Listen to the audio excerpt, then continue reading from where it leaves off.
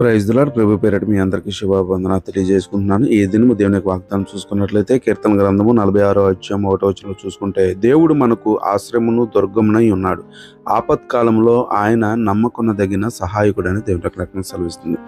నిజమే, మన స్థితులు ఏదేమైనప్పటికీ, పరిస్థితులు ఏమైనప్పటికీ, నువ్వు ఏ ఇబ్బందుల్లో ఉన్నప్పటికీ, నీ స్థితి ఇది కాకపోయినప్పటికీ, నీకు అవసరము అనుకునేటప్పుడు నీకు సహాయము చేయగలిగినటువంటి దేవుడు ప్రభువైన యేసుక్రీస్తు వారు.